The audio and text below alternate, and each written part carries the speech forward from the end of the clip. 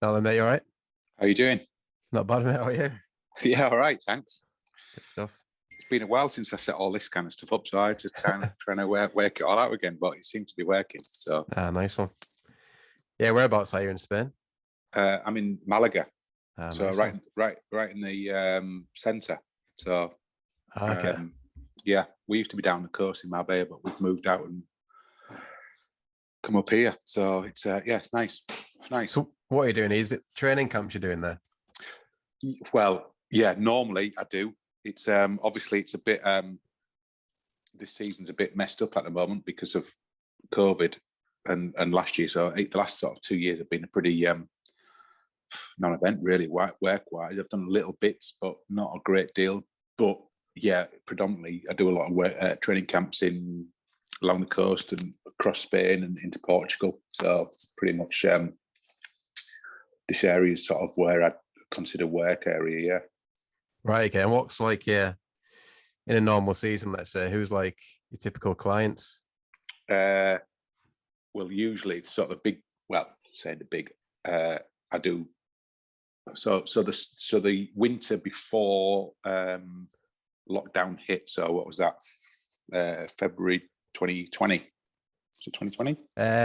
Yeah, it would have been 2019, maybe. Yeah. Yes, that's right. Yeah, sorry. 2020. So I'd just done in the February in that month. I was away with Sheffield United, who were obviously Premier League, Man United, Wolves, Brighton. So I think I've done 5 teams, yeah, and Man United under 23. So I'd done 5 teams in like about 3 weeks, and then all of a sudden went bosh like that. And I was just kind of gaining momentum really in terms of like some new good clients. So but Brighton, sort of certainly Brighton and Wolves, Sheffield United would be sort of regular sort of clients. So yeah, so they're lower sort of, not lower, but you know, the mid to lower Premier League and top Championship would be where I'd be sort of putting myself really in terms of what my client base would be. So, but who knows this year? Who knows who I'm going to pick up and what's going to happen? So, it's, you know, in that time since we last did a lot of business, a lot of things have changed. Managers, you know, if you think about Steve Bruce, Chris Hughton, you know, all clients, good clients of mine, all out of a job. So, you know, so and that's who you tend to go with, the managers as well. So hoping some of these guys get back in really. Yeah. So what do you offer them that they can't get in England then, if that makes sense? They all like to come away anyway. Just one, weather, certainly in the winter, you know, just a break the sort of monotony of. Don't forget, you know, most squads now in the Premier League and top clubs they've probably got 50% foreign players who are used to sort of warmer climates and even foreign coaches who are as well, you know. So a lot of them like to come and just, even if it's experiencing 20 degrees, you know, and a bit like that's what it is at the moment. Or it's about 18 at the moment, but it's the sunshine and it kind of just you can feel it lift. Wolves are massive. They were massive into it about the benefits that they'd go 2 or 3 times a year, right? Okay. Under Nuno, for example. So now it's Bruno Lage. I don't know but I did their pre-season, so I'm hoping they might, once these restrictions, sort of final restrictions, are lifted, we might get away again. I don't know. So it's just a bit of a waiting game, really. All right. Okay. But I mean, if you've got kids that are into football, they must be loving it if you're mixing with the Premier League players. Yeah, it's funny. Like my kids are. We've got 3, but the 25, 24 and 23-year-olds now. So right, it's okay. kind of but yeah, my lad's got quite a collection of shirts and stuff and memorabilia and they've been mascots for games with Real Madrid and all sorts. So wow, it's like, yeah, so they've I suppose they've I mean, I did a bit with Arsenal and there were mascots in Valencia and stuff at the stadium in Valencia with Arsenal, and you know, we've got our bedrooms are next to Cesc Fabregas and whatever, and Van Persie. So and the kids were a little bit like, wow, like getting a lift, and it was like Van Persie and stuff. They've got a little bit sort of you know, starstruck at sometimes, but generally that you know, they got used to it really. Yeah. I mean, we could do a whole separate podcast on this probably, but yeah. How did you get into it in the first place? Like, yeah, what were the steps to get into it? By complete chance. I was working in Hull after I'd left football. I went straight into a job with a Hull company called Sports ID, D-Signs, and they do all the signage around KC and Boothferry Park and whatever. They used to do all the perimeter boarding stuff, and I went and worked for them, sell advertising at different football clubs. And then, weirdly enough, I had a meet with a guy who owned this training camp business, and he said, "Oh, we're looking for a guy to come and work with us. Would you be interested?" And I just sort of done a first year out of football and first year into sort of the unknown, sort of like the big world of work. And I thought, you know what, that sounds like right up my street. That, yeah, I'll have a bit of that. So in the end, I kind of left, and that was 17 years ago. Yeah, 17 years ago. I've been here 17 years now. Like, it's my company, so it's been brilliant. So lucky enough to sort of leave football where, you know, they all say you've never worked a day in your life, and then get into this job and think, wow, I started work really. You know?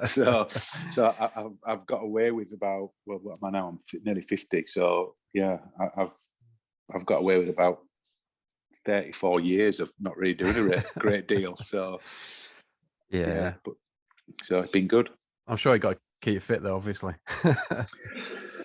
Yeah, well, do you know what? That I had a period of work when I first started all this. I mean, there's a lot of living in hotel. You know, a lot of time away, spending time in hotels. You know, every time you go away, the team are on like a holiday as well, and so the staff tend to kind of like, it's like a night out for them. Like, oh, we're away, right? So, I mean, I used to have like, I think I recorded some like 45 nights out on the spin at one year. And when you think about that, that's quite tough. You know, you're drinking or eating and late nights, and you just kind of go along with it all, because it's what you go from one team to another, and it's all new for them. But like, it's just the same old thing for me. But it's it did have a bit of a toll on my health at one, you know, and I put loads of weight on. So now I cycle to kind of I'm back getting sort of fit again. So I'm in reasonable shape now. So yeah. Okay. Then one last one on that. Like, have you ever had a City team that have come out to you? Yeah, I do. Hull go away a lot. So I do all their pre-season stuff. So so we've been to Scotland last couple of years.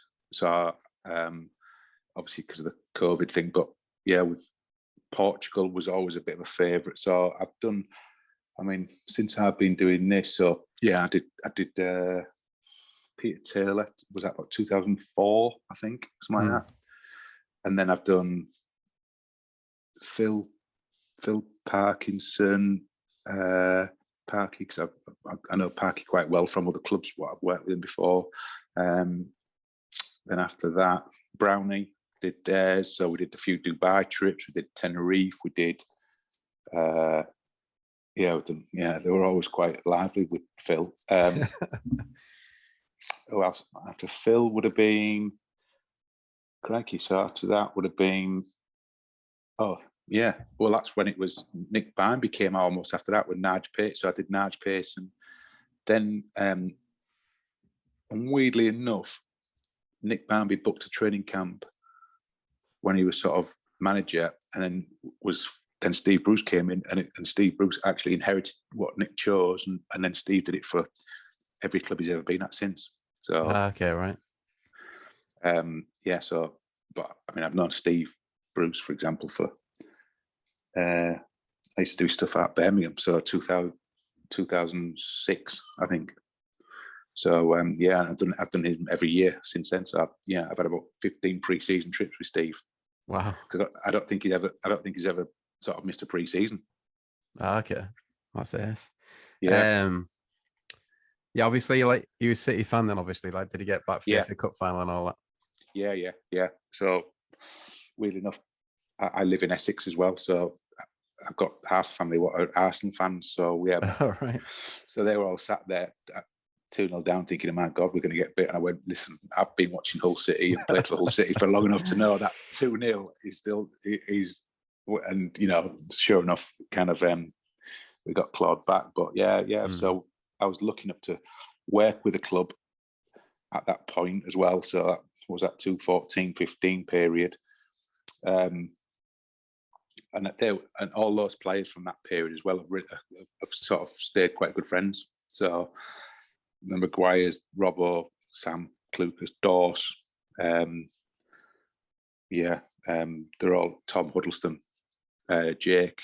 They're all quite good mates of mine. So we still keep in touch quite regularly. So you know, not only am I a fan, but you know, I know those are the best days we've had as a Hull City fan. Really, those sort of that period. So yes, it's pretty special. Yeah. Must be amazing to have those contacts for getting tickets as well. Yeah, I do have to call them now and again. Yeah, like yeah, and obviously with Robbo doing so well and what he's done in the, you know, it's like, you know, obviously I get so many people asking me, oh, you know, Robbo, don't you? I went, yeah. He's like, can you get? I went, I just don't want to ask tickets. I don't want to ask Robbo for tickets all the time. So yeah, so I try not to ask too many times, but yeah, there is a few occasions where I might need to. Yeah. All right, nice one, Gary. We'll get into the City stuff then. Yeah. Taking it right back. You're obviously a Hull lad. Like, what are your first memories of Boothferry Park? Yeah, sort of first going, I suppose, as a kid going to watch, and I never really had a sort of a stand. What I'd say we'll always go in there. Sometimes it'd be Kempton, sometimes it was like South Stand or whatever.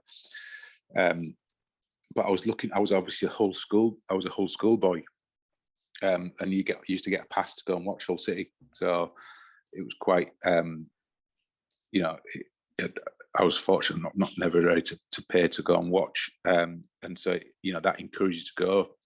But yeah, going watching Kempton and sort of watching players like Stan McEwen, really, Gareth, Billy and Skip, Jobbo, you know, sort of mid. Well, Brian Horton's team basically. That was the sort of team I really remember. You know, that was where I would have probably been about 12, 13, starting to go on my own with, you know, going with your mates and stuff and getting into it then. Yeah. So that was there were really good memories of first going to Boothferry Park. Yeah. And then in terms of playing, like I read, you actually turned down offers from Leeds and Bradford. Is that right? Yeah, funny enough, yeah. I was a little bit unlucky when I was younger in terms of playing for Hull schoolboys and Humberside or whatever it was as well. Then I picked up quite 2 really bad injuries. I broke my leg, a double fracture for Hull schoolboys under 13s against Derby in Derby, and so I missed nearly a year out of football then. And they were quite big years in football, you know, like 13, 14.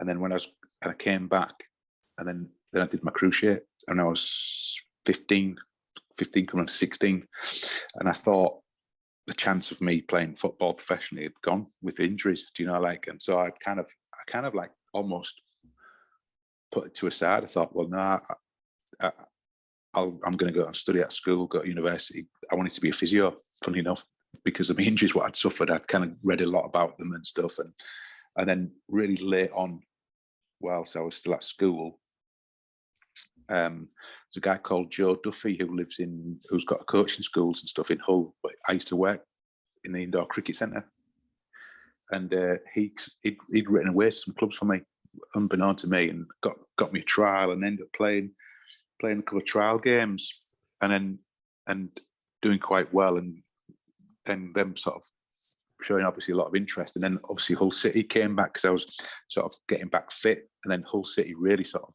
knocked the door down, and it was Tom Wilson and Eddie Gray who kind of persuaded me that they wanted me to come to Hull City as a kid, and also my parents were a little bit sort of dubious about going on a YTS scheme and not having education and stuff like that. So they put me on a different course to everyone else, and I managed to sort of do different studies. So, and that was the sort of clincher really, that to get my parents' approval. So I ended up thinking, right, I'm going to go to Hull City. So it was all last minute. I'd kind of sort of I'd written it off really, and then I thought, I might only get one chance at this, and so I ended up sort of saying, right, yeah, I'll do it. So and it worked out. Yeah, I was going to say, like, do you think he was good mentality wise? Kind of, he didn't have that pressure, that build up of pressure. He'd kind of already had, it's like a fresh slate kind of thing. Yeah, because you look at kids now, and kids are like 7 or 8 going down this sort of forced down this path of, they're in academies and with clubs, and it's like, yeah, you're going to be a professional footballer, or that's what you're going, and everything sort of gets streamlined into professional football, and then these kids get to 16 and then they're not good enough, or some of them aren't, or most of them aren't, and then where they're left, they've got this huge disappointment at 16. I didn't have that.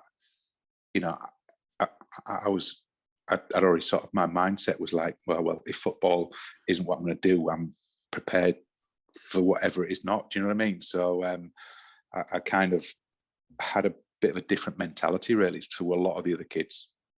Yeah. So that probably helped me. And then you mentioned Eddie Gray and Tom Wilson, like who was your youth team coach at that point then? That would have been Dale Roberts, right? Who was massive. I would probably regard him as the biggest influence on my career, full stop. Just a real proper football guy, and obviously a guy who I'd watched playing football anyway. He was in the sort of team what I'd kind of watched anyway. And I knew he kind of liked me in terms of as a player, but he was double hard on me as well, like probably harder than the other lads. But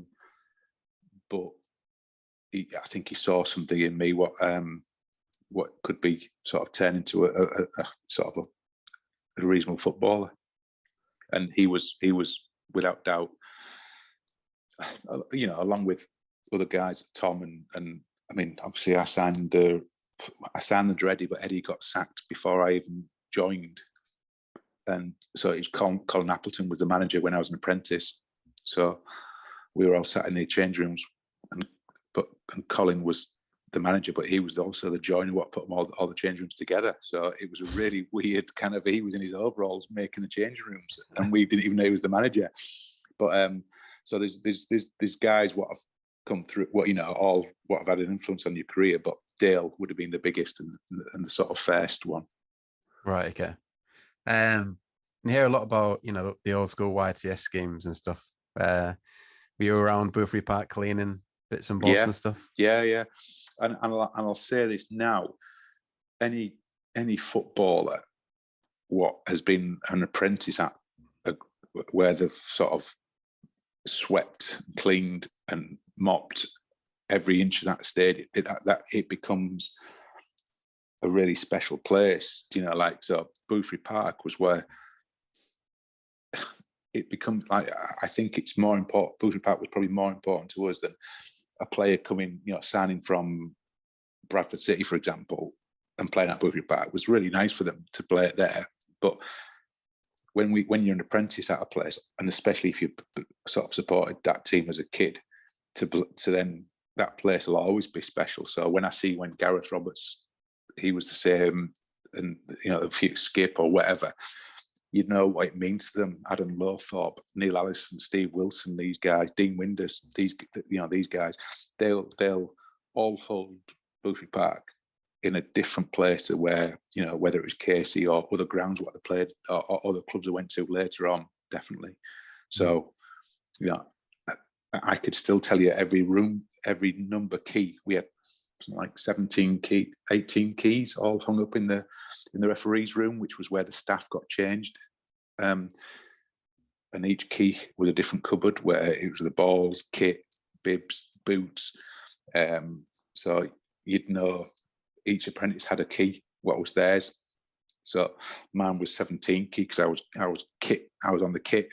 So I had to wash and clean and prepare all the kit for the pros and the apprentices. So and that's one of the hardest jobs, but it's also one of the cushiest jobs as well, because it meant you got out of most of the sweep of the terraces. So so when it was peeing down and freezing cold, which it generally was, we could be up in the washroom in the south stand and keeping warm. So it was all right.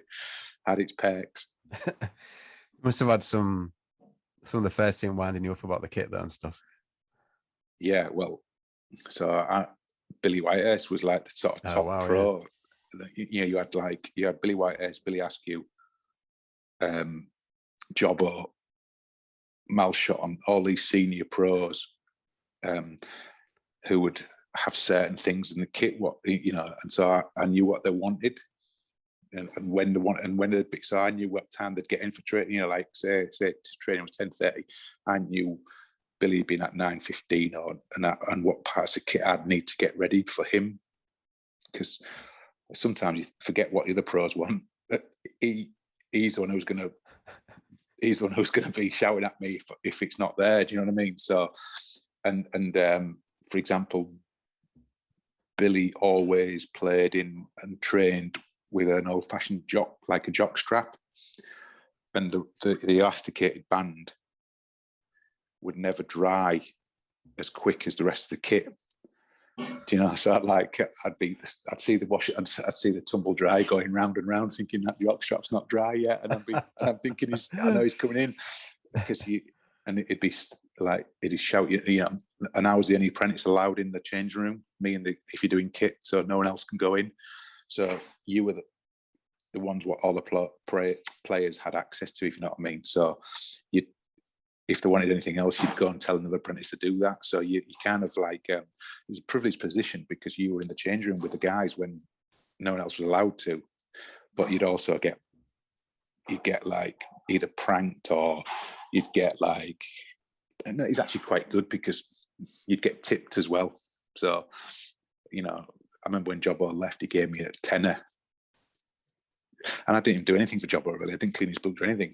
But he gave me a tenner just when he left. And I thought, well, that's nearly half a week's wages for me, that. So I was delighted. But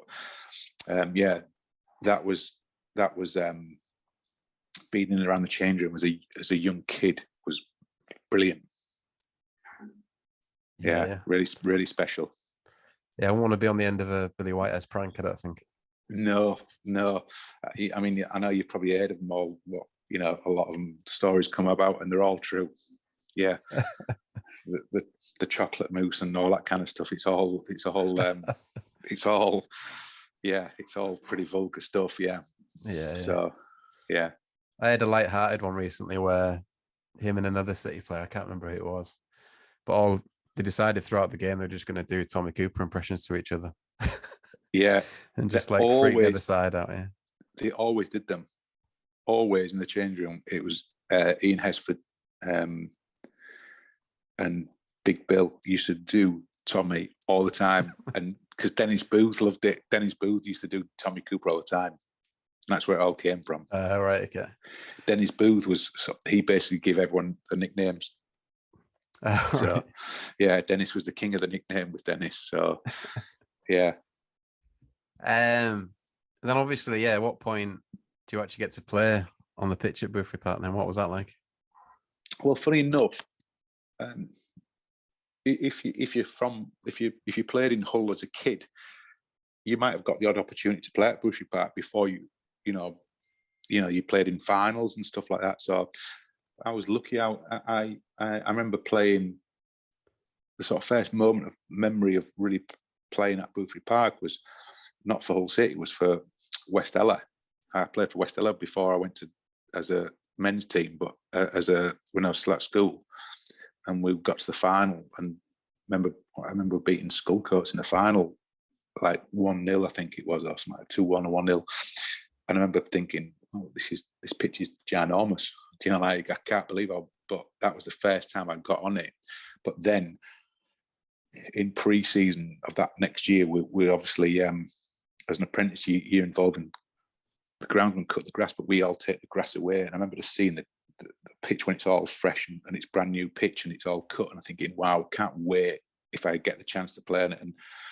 And obviously that year I was lucky enough to sort of start playing in there. It was just best ever. And again, I'll say John Cooper, who was the groundsman, and Ken Norrie,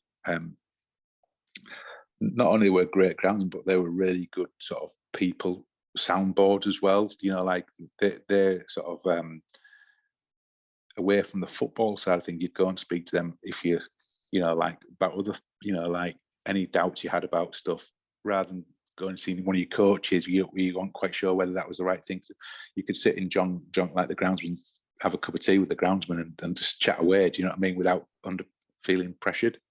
Yeah. And stuff like that and that's why the Boothferry Park thing was just a special place. So.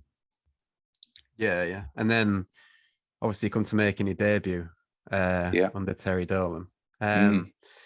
What was the build up to that? Did you know it was coming, or was it a bit of a sudden thing? No, I didn't. No, I didn't know it was coming. I was kind of, because obviously I was on the back of a really good FA Cup youth FA Cup run with the juniors, and I was where I was captain, and we'd beaten some good sides, and again, quite a lot of sort of publicity where some of the players were playing well in that. We started to be around the first team training a little bit, and but I didn't think I was going to play, and because I was also a kit man, weirdly enough, because I did all the kit, I'd sometimes go away with the team anyway, or pack for the kit, because I'd be packing. Weirdly enough, it was the apprentices what got the kit ready for a game. Like a big wicker basket and put in the shirt. You'd find out what colour shirt you need, what colour socks, blah blah blah, and you'd be doing all that, and then sometimes you'd travel to help out. Do you know what I mean?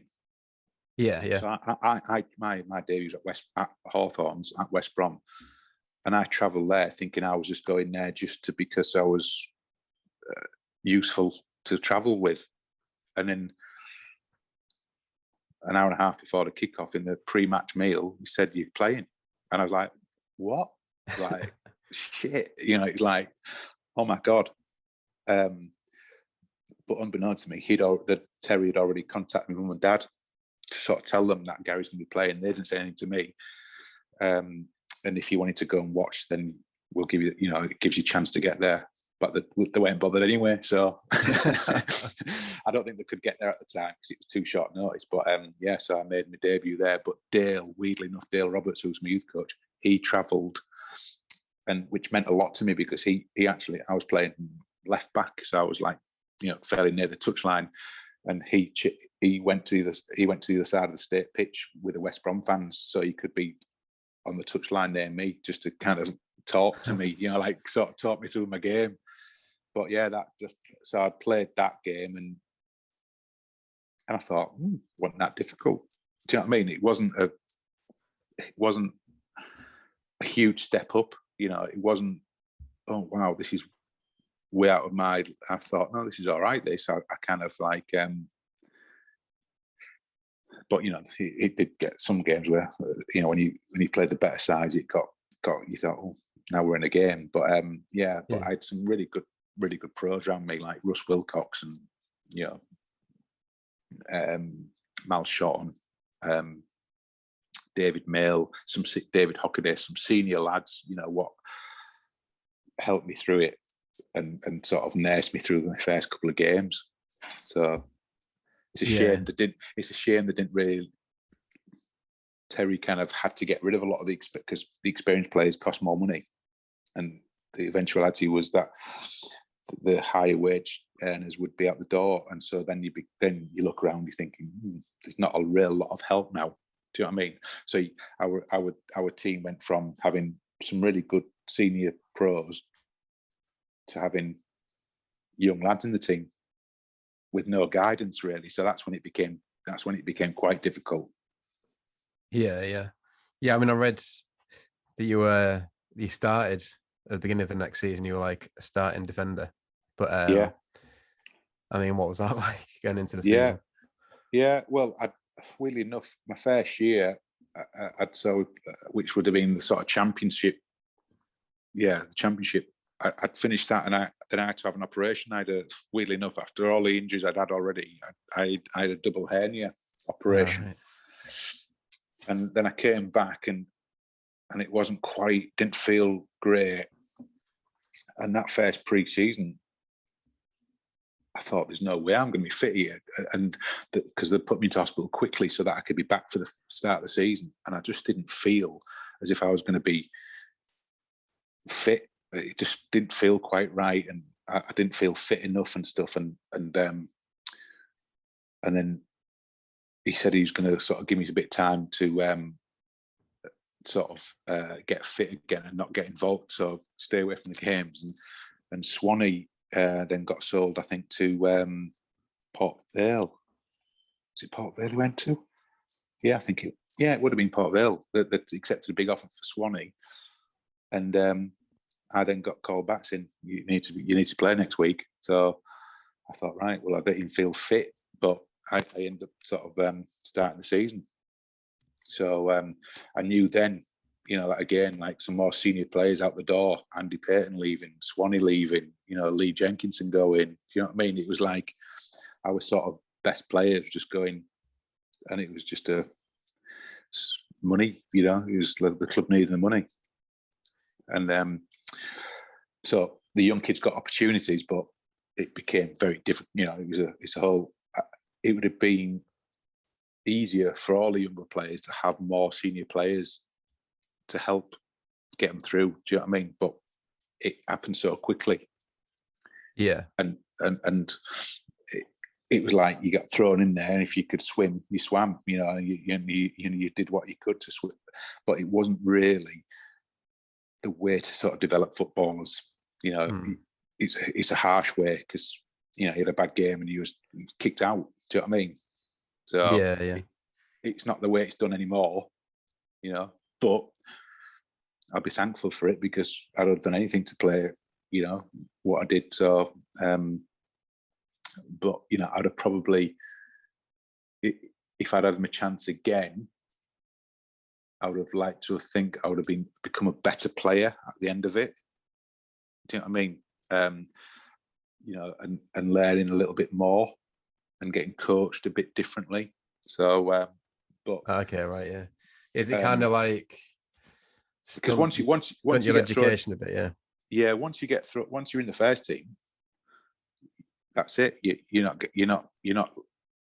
stopped getting coached. Yeah, if you know what I mean. So you just go up what's in front of you, kind of thing. Yeah. Because when you're playing in when you're in the youth team and stuff, Dale's still saying, okay, when you do this, what you really want to be looking at is that, and that, and don't forget you're going to be doing this. When you're in the first team, you're just expected to know that. Do you know what I mean? It's like, because you're in the first team, and so you're on this sort of trajectory of learning and getting better as a youth team. Get to a good point, and then you get into the first team and you go back, and then obviously playing football improves you, but you also, you learn differently. And I think nowadays kids are put in later, a little bit later, so that they know a lot more and how to deal with it when they get in there. Do you know what I mean? So it was quite emotionally difficult, because like any young player, when you're in the team at 18 or whatever, you might have 5 or 6 good games and all of a sudden just like have an absolute shocker. Yeah. Whereas, if Jurgen Klopp's your manager, like his arms around you and you're out the team, but he'll speak really, and you get given a 4-year contract or whatever, and there you just get absolutely, we just got blasted and kicked out the team. Then someone else came in, and then they'd get 4 or 5 games, and you get put back in again. Do you know what I mean? And it was like an emotional roller coaster of sort of how your form went, really. And it's very difficult to get consistent form when you're an 18-year-old player. So it was hard times, but good times. I only see that now. I didn't see it when I was that age. I just thought, I just need to play well to keep in the team. So You know, and you know, probably I was lucky. I was one of the players what probably paddled and kept my head above the water, and I ended up playing, you know, 170 odd games, I suppose, in the 5 years as a professional there. Yeah, so, yeah. And I mean, I think if I'm right, I think we were fighting relegation when we first got relegated to Division 2. Yeah, yeah. So I mean, that's got to be tough on a young player as well. Yeah, yeah. Because every game there's a lot of pressure, and every mistake is like highlighted, and it's like, has this cost us a game, and has it cost us relegation? You know, I think we only stayed up on goal difference, I think, in the end. But I think we could have gone down the last game of the season.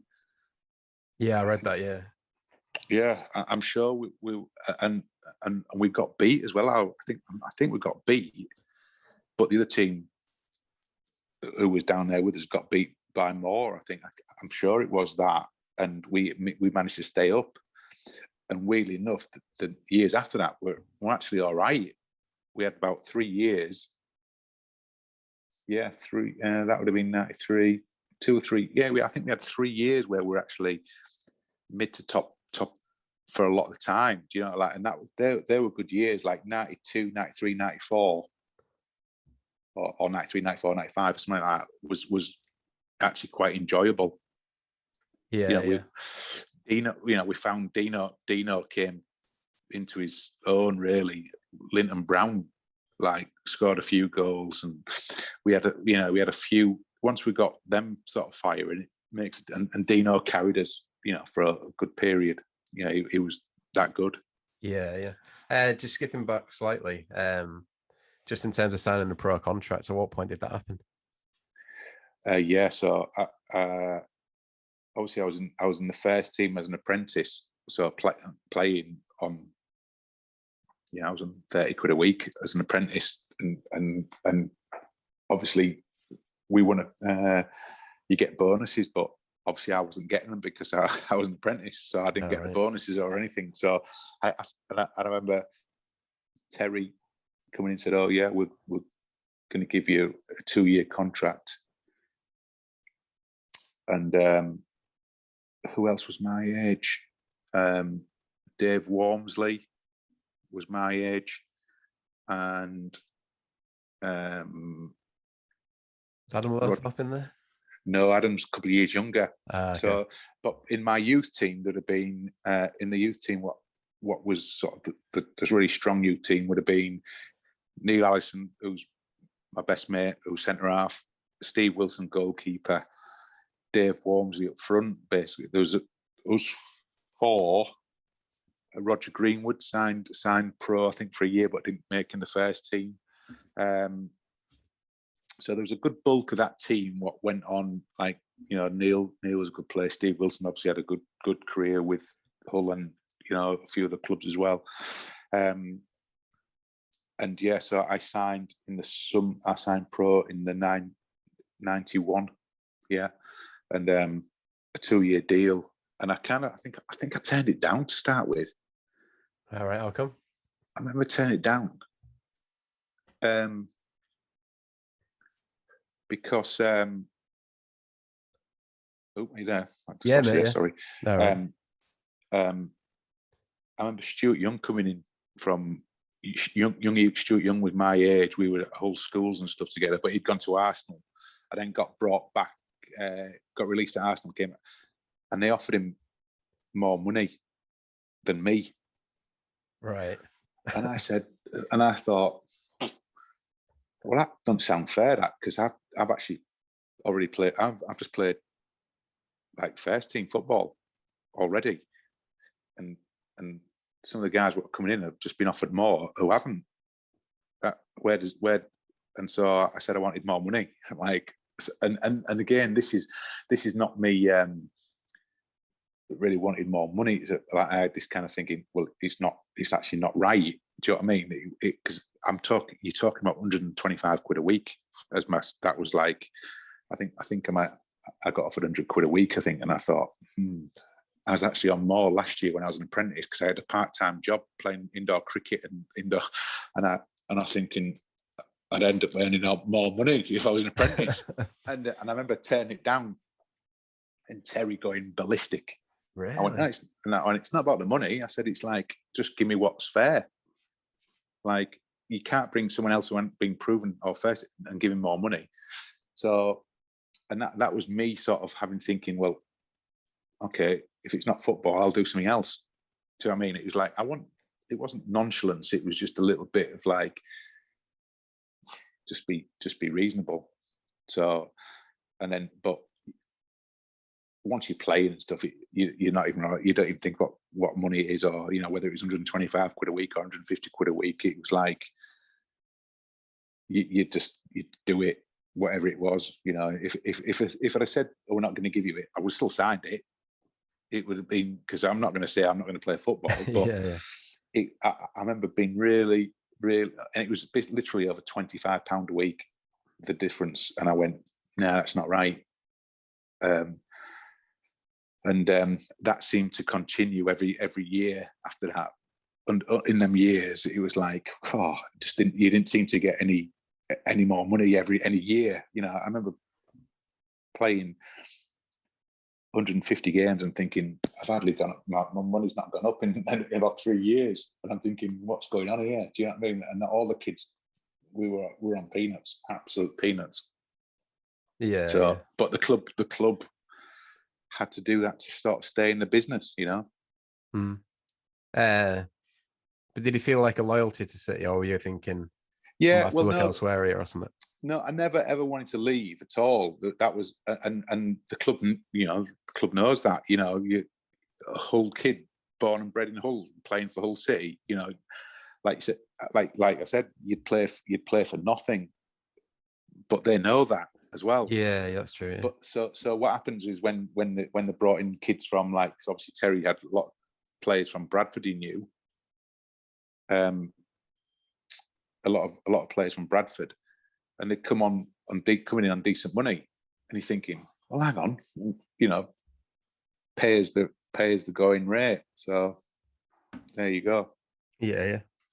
Yeah, I just wanted to move on to like you say, 92, 93, and the following season were pretty good seasons, really, considering what had gone before. I just wanted to get your reaction, if there was any reaction, to the famous Tiger Stripe kit at the time. Were the squad a bit like, yeah, I'm not sure about this? We thought it was horrendous, I think, at the time. And we thought it was horrendous. And then, but then, you know, you don't have much. We obviously players just get given the shirt and you put it on, and then you don't. I think we still thought it was horrendous for a good few years, to be honest. And I don't know how.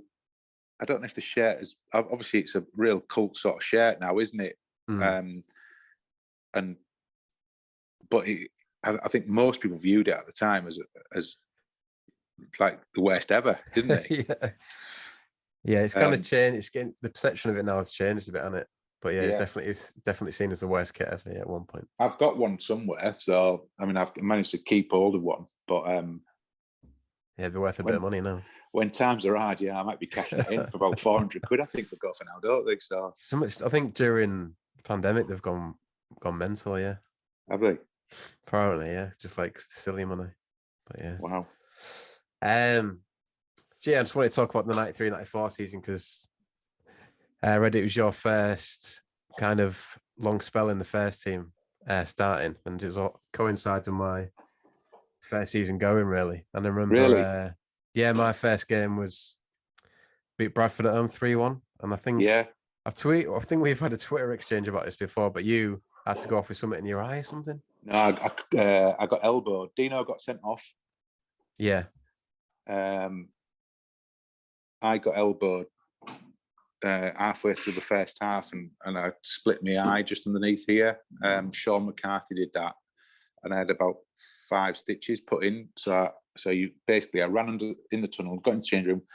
The doctor runs down, stitched it up, and then you run straight back out. Just as I was running back out, Dino came through the door. He'd actually literally kicked the door open, slung his shirt in, and I went, "What's happened?" He went, "I got sent off." I went, "Oh, fuck's sake!" Like, and I think in the time I was actually off the pitch as well, I think we conceded as well, I think.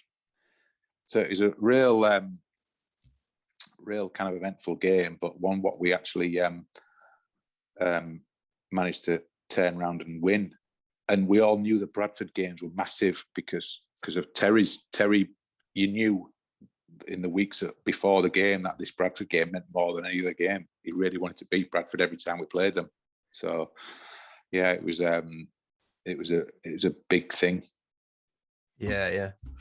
And then the following season as well, like some iconic games really, like obviously the game when Alan Fettis scores, and then the game where we beat Crewe 7-1. Like, what are your memories of those games? Yeah, amazing. Obviously Fettis scoring was just like a joke really, because he used to sometimes obviously in training just run around, but he was just an absolute pest. I mean, we used to just like muller him because he had so much enthusiasm and running around like, but we never ever thought he was going to ever get on the pitch as an outfield player. And really, I always remember my best mate Neil was on the bench. Neil Allison was on the bench that game. And I remember I thought, God, if I was an outfield player on the bench and they brought the goalkeeper on instead of me, I'd be devastated. Do you know what I mean?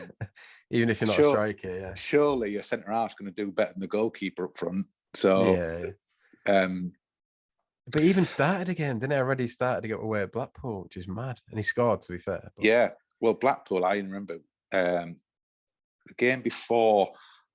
I got 10 stitches in my shin, which I ended up playing with, but then couldn't play the last couple of games. And that was one of them. And there was about 4 or 5 of us who travelled to the Blackpool away, and it was sort of springtime, wasn't it? It's last game of the season, I think, was it? Or near the last game. It was certainly near towards the end of the season, and the weather was good. And the gaffer's 10, there's about 5 of us who were injured or couldn't play, and said, "Oh, if you want to go," like we was in the hotel at lunchtime, said, "If you want to go have a few pints, off you go." I went, "Oh." We was in Blackpool, and he said, and basically Gaffer saying, "Go and have a pint." So there's about 5 of us for some reason walked into the town, and we all bought like these, the Scouts wig, the black curly wigs. Like we all had them on for some. We had about 4 or 5 pints, and then when we got there, we got into the ground, and there was nowhere for us to sit other than in the dugout or along the like. So we had to sit. And we was fairly steaming, and we all had these curly wigs on. And I just remember it was like a party sort of like last game of the season, don't really care sort of thing. And then when Fett scored, it just went like just to a different level. It was just weird how that game went, really. So that was a really memorable game, but for just other reasons other than football, really. Yeah. And then the following season, from my memory of it, is that's when things started to turn and get like quite difficult. I think we ended up. That's the year we got relegated, I think. Yeah. Obviously, you were left. Yeah, I was going to say, like, what was the build up to that? Did you see that coming? No, not really. Although who left? Fetz had got sold. Dino had got sold, and we knew financially things were really difficult. And we knew that because we were getting paid at the time. We were getting paid in cash. Our salaries was getting paid in pound coins because we couldn't take the gate receipts into the bank because we owed that much money to the banks and stuff that they were just kept. So we were getting paid we were literally getting a bag of coins for our weekly wages. And I thought, God, this ain't great. And when he sold Dino and sold Alan, I just thought, well, who's next? And then I just got a phone call from Terry one day. I didn't have an agent or anything, so I didn't know anything. He said, "Oh, we sold you. Can you come in and get your stuff?" It's not exactly around the corner, is it, Brighton? No. And he said, "Oh, you're going to the seaside?" And I'm thinking, fucking nuts. And I thought, Scarborough. I literally thought it was Scarborough. That's how shit I thought I was. I thought, oh, he sold me to Scarborough. I can't believe it. And he went, no, you're going to Brighton. Jimmy Case wants you. And so I had to get in the car and end up signing for them that night. Okay. So, Jimmy Case, was he ex-Liverpool? Yeah, yeah. Was a bit of a character. Yeah, real character. Yeah, yeah. Lovely, lovely fella. Like, will do anything for anyone. But likes a drink, unfortunately. And I think he had a good drink before he signed me. I think he must have done. So, because on the night of signing, he took me to a restaurant and he literally drank everything what I had in front of me. So, I took my dad down and we had my dad thought it was ace. So, and obviously I used to like Liverpool when I was a kid, and Jimmy was like a bit of a legend in the game. So it was, he definitely sort of influenced me to sign for the club. But yeah, he's, it was an interesting few years there. So, yeah. I was reading that, and he must have been in the same league as City, because I remember coming to watch City at Brighton at Gillingham. So I don't know if you were playing then. Yeah, that was 0-0. That would have been a couple of years later. That would have been about 97. That would have been something like that. Right. Yeah. It's horrendous. Yeah, I was going to say, hard time, really hard time. The only thing I was not pleased. So, because when you leave your hometown club and going for another club, you don't want, if you know what I mean. I didn't want Hull City to be better than us either. Do you know what I mean? Because and fortunately, the only club what was doing worse than Brighton at the time was Hull City. So that was the only sort of consolation I could take. Is that they didn't become any better when I'd left, if you know what I mean. Yeah. Do you know what I mean? You don't want to leave and then all of a sudden the club do really, really well. But we were in the same boat. Financially, Brighton were crippled, and so was Hull. And that Hull team and that Brighton team were probably the worst teams in the end of their recent history in terms of quality. But circumstances are that when you've got no money, what do you do? How do you put a team out? Yeah, fair. And then you end up working with Terry Dolan again. Like, is that someone you always have a good relationship with? Do you know, I got on fine with Terry. I didn't agree with how he coached and managed it always, although he was brilliant. He was good to me. He gave, he played me and paid me to be a professional footballer, and that's something what you'll be forever grateful for. But so when I was leaving Brighton, for Terry to come in and offer me a 3-year contract at York and really good money, I was like, yeah, I'm not in a position to say, I don't really want to play under Terry anymore. Do you know what I mean? I've had 5 years of that. I don't want to, but so I snapped his hand off. Yeah, fair. And then, just going back to your last season at City, like, how bad did the protests got by the time you left, kind of thing? Was the Bradford game that season? Yeah, but I'd gone by then. Right. That was the Bradford one at Boothferry Park, wasn't it? I'd left because I'd left in the March. So I missed sort of the last 12 games or something like that. Weirdly enough, it was worse at Brighton. Ah, right, okay. The demonstrations and stuff were even worse. So I'd kind of out the frying pan into the fire. Yeah. But it didn't affect me really, because I'm thinking, well, I've just come. What can I? Do you know what I mean? What can I do about this? Do you know what I mean? It's like, whereas if it was at Hull, I would have felt a lot more sort of part of it. Do you know what I mean? But the one thing I would say is, when I was at Hull, the fans certainly supported the local players. I always felt that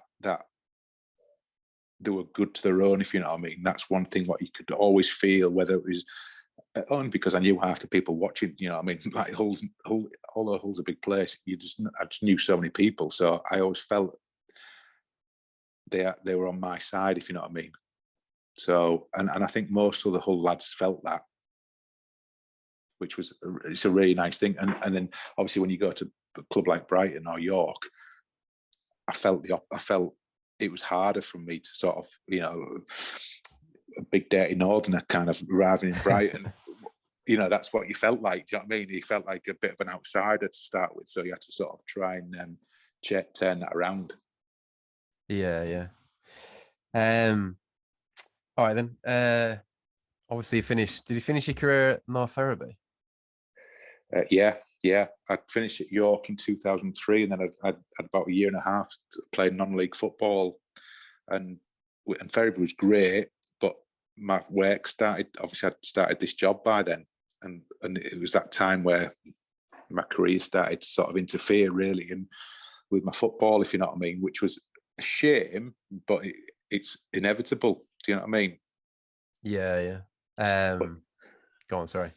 But that's where I sort of linked up with Willow was back there, Rob Dewhurst, Adam Lowthorpe. So there's a few of the old City guys there who, so you know, really enjoyable. And I only lived a couple of miles down the road, and my kids were at an age where I could actually take them to football, and you know, they can just come and sit and watch me play. So, but if you ask, unfortunately, if I ask my kids who I played for, they just say they only remember me playing for North Ferriby. They don't remember me playing for anyone professional or anything. So it's like, I'm like, I have to sort of educate them a bit more. Who do they support then if they've been in Spain for best part of the life? Well, no, they're my lad.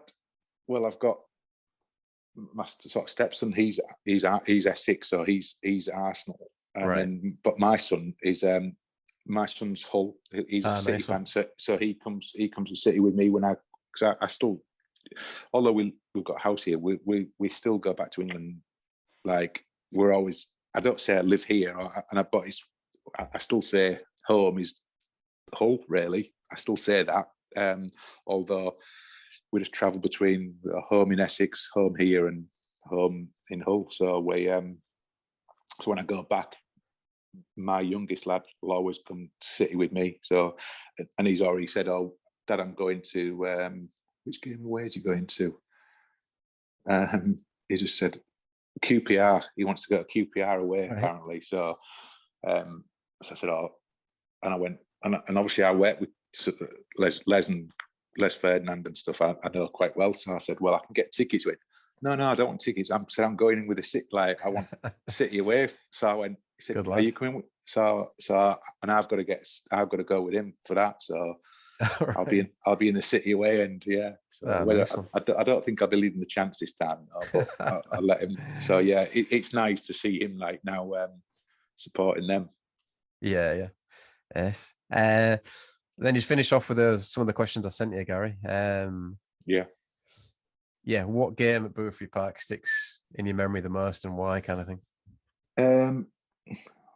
Weirdly enough, I mean, you mentioned them. Obviously, the Crew game, the 7-1 game. Still remember that really well. But then the games I got sent off with, I got sent off against Brentford, but we won. And Brian Mitchell got sent off as well. We was down to 9 men. I got sent off with like 10 minutes to go.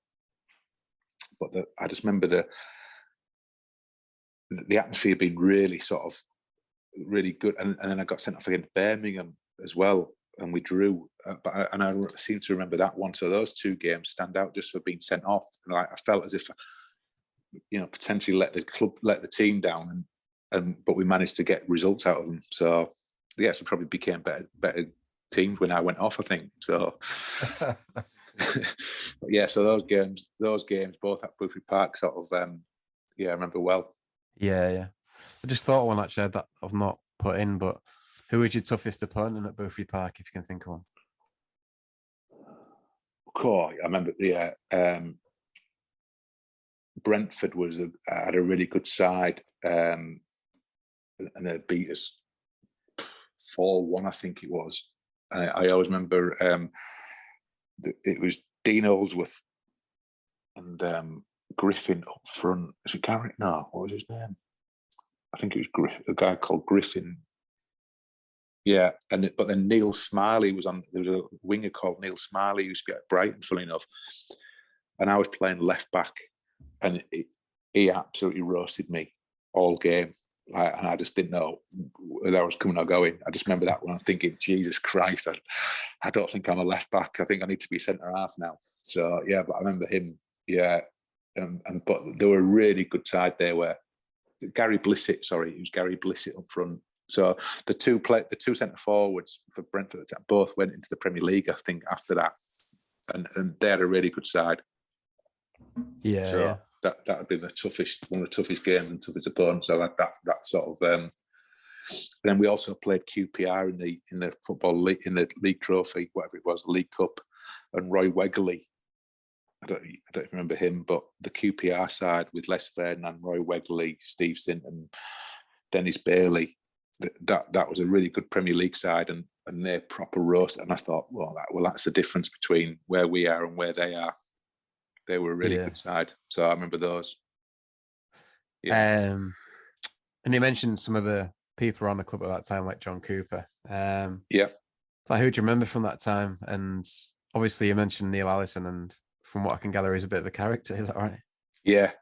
Still is. He lives in Australia now, so we don't see. I mean, we speak to each other weekly, but we don't see each other like we used to. But yeah, we were, and that's one of the good things when you play for your local club and there's a lot of local lads. You're obviously very close on and off the pitch. So Neil literally lived in my house for most of the time. Do you know what I mean? Like, so we kind of grew up together, and best men at each other's weddings and stuff like that, and kids. So yeah, so out of all that football, you've got some lifelong friends, but on the outside of the team, I just remember people like Simon Corkill and Rob Smith, John Cooper, Ken Norrie, Carol from the ticket office. All the people. It was such a small club, really, back in those days. But it was really tight and family oriented. Like, we knew everyone. Do you know what I mean? So it was just a really nice club to be around. Yeah. So I mean, you ask the players now at KC who's in the ticket office, or who's the. Do you know what I mean? Like, they wouldn't know who it was. It's a different kind of club now. So we were lucky that we had all that sort of closeness, really. Yeah. So that's why it remains such an important place. Yeah. And then, what was your high point of your time at City, do you think? I don't think there's any one. Obviously, making your debut is always a special thing, and turning out for your club. But do you know what? I just look at it and think, well, I end up being a professional footballer at Hull City, had 6 years nearly there playing football. If I look back,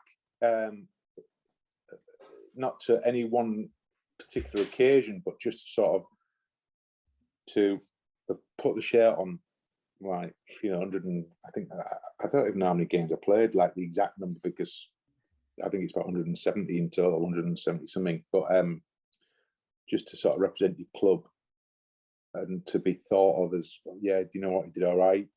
Not a particular like star or anything, but sort of held his own and just made a lot of good friends and good people, met a lot of good people along the way. So that was, it was the best time of my life, really. Like, if you think I was 16 to 23, I'd said those 7 years. I'll find it very difficult for most blokes to sort of think, do you have a better time between, than when you're between 16 and 23? Do you know what I mean? So I was lucky enough to spend them at my hometown club. So it didn't get any better anywhere else after that. Do you know what I mean? It went downhill, if you know what I mean, like the feelings you get and the sort of it's funny when you belong. When I was a kid at Hull, I felt as if I belonged there. Do you know what I mean? It was my club, and I didn't get that anywhere else. Which I think is the same for a lot of lads who came through Hull City as a kid. I think that they didn't ever get that anywhere else. Yeah. So that'd be my sort of high point. Yeah. Nice one. I think that's it, Gary. I think that's a good finishing point, really. No, it's like I said, I can talk about Boothferry Park and Hull City all day long. I won't be joining any York City forum or fan forum. That's for sure. Maybe Brighton, that because I still quite do a lot of work with Brighton, so like there's always a few articles in Brighton, and I enjoyed my time there. But it was very similar in terms of what Brighton were going through, Hull went through as well, So yeah, it must be mad for you now looking to see where they got to. Yeah, both teams, yeah. But then I look at Chester and York and see where it's got them as well. it evens itself out in the end. But no, it's great days, and you know what? I'm not one of those. Because there's a couple. I won't mention any names, but there's a few players where you look and they seem to sort of really miss and be bitter about what's happened to them in the after the football or whatever, or they've missed out on. But I don't feel as if I missed out on anything. I just had a great time. And like I say, there's some really good people there, and obviously your dad being one of them. So that's going to be a special thing for you for the rest of your life, isn't it? No, exactly, man. That's why I've done this really. Like I often think about Boothferry Park. It seems like the best days we had together were at Boothferry Park. It's obviously some of them quite tough, as you say, but I don't know what, and that's probably what annoy you is not the right word, but like it's a sign of getting old, I suppose. But it's there's a lot of new fans, obviously. The moan now about some of the stuff what goes on at Hull City. I'm thinking, cranky, you should have been around Boothferry Park, and like that was worth more than that, but no one did. There was a smaller but harder core of fans then, definitely, but you felt it. It was, and it's a bit like now, I suppose, when my son goes to away games, he loves going away because the support is like brilliant, and it's them kind of the core group, isn't it? It's and I think Boothferry Park had that. There wasn't as many numbers, but there was certainly a real sort of feeling of at least the with us and behind us. I think like the good thing about back in the day as well is that we had that strong sense of identity, whereas with the ownership now, that's kind of been taken away a bit with all the name change rubbish, I think. Yeah, and you know what? It's a shame because they've had some, like, obviously under them, we've had some good times, and their legacy will only now be remembered by some really silly mistakes, which could have been rectified immediately, and they can't bring them back. They've crossed the line, if you know what I mean. And I mean, it's a different subject now, but I'm still skeptical about any new owners coming in as well. So I still have a bit of a worry of how because it's just natural as a City fan now, isn't it? Yeah, I know the City fans in general, most of them want a change now, and I'm one of, okay, yeah, I understand why I want change, but I'm also, I still don't, I'm not getting overexcited yet, but until I read different things about potential new owners. So yeah, we'll see. I'd rather keep where we are. I'd rather just keep where we are at the moment. So, well, get the season out of the way, trying to survive. Yeah, just survive. And do you know what? I actually, where we are at the moment, like a lower championship club or whatever, but with a young side with a few homegrown players, I kind of relate to where the club is now. I feel that squad is quite a decent sort of young squad, and I can sort of almost sort of see where it is. Do you know what I mean? Like in terms of a little bit where we were. Yeah.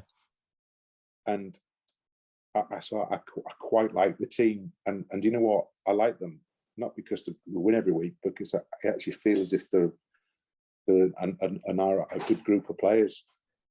So yeah, and I think Grant does an all right job as well. So I think listen, I'll spot whether they're going into the conference or whatever, but it's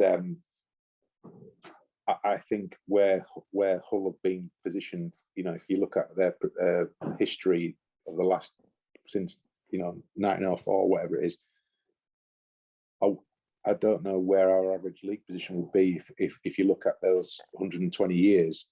Yeah. I would have thought it'd be lower than where we are now. Yeah, probably, isn't it? Yeah.